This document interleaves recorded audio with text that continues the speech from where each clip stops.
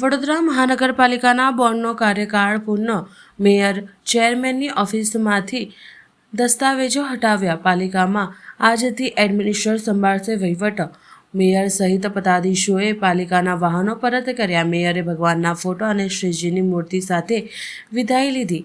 પાલિકામાં પદાધિકારીઓની પ્લેટ ઉતારી ભાજપ કોંગ્રેસ પક્ષ ઓફિસ સહિત અનેક ઓફિસને લગાવ્યા તાળા. 5 વર્ષ બાદ પાલિકામાં રાજ્ય બોર્ડનો અંત. મહત્વના દસ્તાવેજ સભા સેક્રેટરીને સોંપ્યા. મંગળવારથી સરકાર નિયુક્ત એડમિનિસ્ટ્રેશનનો કારભાર.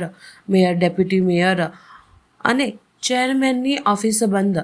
પાલિકાની સત્તા હવે એડમિનિસ્ટ્રેટરના હાથમાં. 5 વર્ષનું રાજકીય શાસન પૂર્ણ.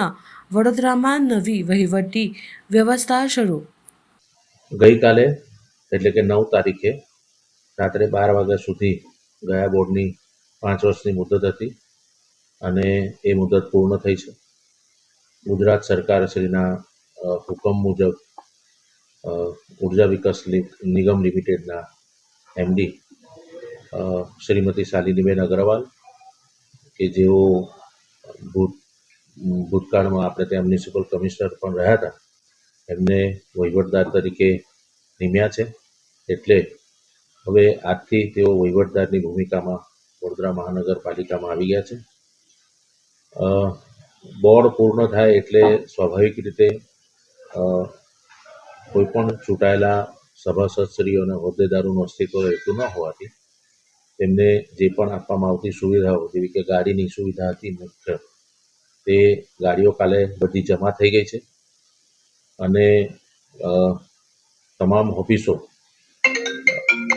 ને હવે ખાલી થઈ ગઈ છે અને એમના જે ડોક્યુમેન્ટ હોય આ 5 વર્ષ દરમિયાન, 2.5 વર્ષ દરમિયાન તેમના જે પત્ર વ્યવહારો હોય,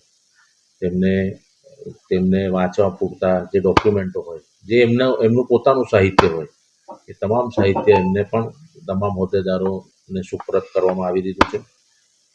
એ જ રીતે કાઉન્સિલરોના લેટર પેડને આપી હોય એ બધું જ અમે સુપરત કરી દીધું છે અને હવે વહીવટદાર, સ્થાયી સમિતિ અને સામાન્ય સભા વહીવટદારની અધ્યક્ષતામાં મળશે. પાલિકાના રોજિંદા કામકાજ પર આની કોઈ અસર પડશે ખરી? પાલિકાના રોજિંદા કામકાજ પર આની કોઈ અસર નહીં પડે. જે રીતે પહેલાં ચાલતું હતું એ જ રીતે ચાલશે, એ જ રીતે સ્થાયી સમિતિ થશે, એ જ રીતે સામાન્ય સભા થશે. બરાબર છે? એટલે પાલિકાના રોજિંદા વહીવટમાં કોઈ અડચણ ના થાય અને રોજિંદા વહીવટમાં કોઈ અડચણ ન થાય એટલા માટે જ વહીવટદારની નિયુક્તિ કરવામાં આવે છે. વહીવટદાર ક્યારથી ચાર્જ લેશે અને ક્યારે અહીંયા આવશે વડોદરામાં? સામાન્ય રીતે વહીવટદાર એટલે જે કલ્પના હોય છે કે વહીવટદારની નિયુક્તિ થઈ એટલે હવે એ નિયમિત કોર્પોરેશનની કચેરીમાં આવે અને બધો વહીવટ જુએ, પણ એવું હોતું નથી. વહીવટદારો સામાન્ય રીતે સિનિયર કક્ષાના આઈએએસ ઓફિસરો હોય છે, એમની બહુ મોટી જવાબદારીઓ હોય છે, એટલે આ એમને એડિશનલ ચાર્જ આપવામાં આવેલો હોય છે અને એમને સ્થાયી સમિતિ અને સામાન્ય સભા જ મેઇન બોલાવીને એની મિટિંગો કરવાની હોય છે. એટલે જે કલ્પના છે કે વહીવટદાર હવે એની દરરોજની ઓફિસમાં દરરોજ જે આવશે એ થવાનું નથી. એમની મૂળ જવાબદારી છે એના કામોમાં વ્યસ્ત હોય. મિટિંગો પૂરતું અમે વ્યવસ્થા ગોઠવીશું. અમે જ્યાં પણ નક્કી થશે, વહીવટદાર નક્કી કરશે એ જગ્યાએ અમે મિટિંગ કરીશું. હવે તો ઓનલાઈનની બી ઝૂમની પદ્ધતિથી બી થાય છે, એટલે એના આધારે પણ અમે મિટિંગ કરી શકીશું.